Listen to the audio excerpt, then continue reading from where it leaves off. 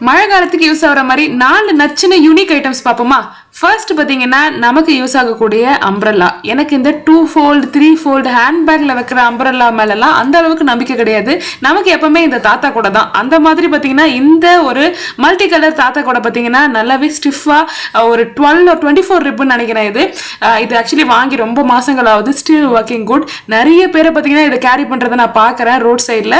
அதுக்கு அடுத்தது பார்த்தீங்கன்னா இது not so good product. But இது நமக்கு ஒரு டெம்பரரியா ஒரு எமர்ஜென்சி சிச்சுவேஷன்ல யூஸ் பண்ணக்கூடிய ஒரு ரெயின் கோட். எல்லா நேரங்களிலும் பார்த்தீங்கன்னா நம்ம ஏதாவது ஒரு ஃபங்க்ஷனுக்கு போறோம்னா பெரிய ஹெவியான ரெயின் கோட் போட்டு நம்ம போக மாட்டோம். ஸோ அந்த டைம்ல பார்த்தீங்கன்னா சின்னதா ஒரு ரெயின் கார்டு நம்ம ஹேண்ட் பேக்ல வச்சுக்கிட்டோம்னா அப்போ நம்மளுடைய பட்டு சாரியை இந்த ரெயின் கார்டு வந்து ஒரு எமர்ஜென்சி சிச்சுவேஷன்ல பாதுகாக்கும்.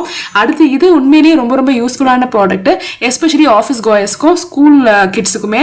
ஏன்னா பேக் பார்த்தீங்கன்னா நனைஞ்சிரும். நம்ம என்னதான் ரெயின் கோட் போட்டு போனாலும் கொடை எடுத்துட்டு போனாலும் பேக் நனைஞ்சிரும், புக்ஸ் நனைஞ்சிரும்.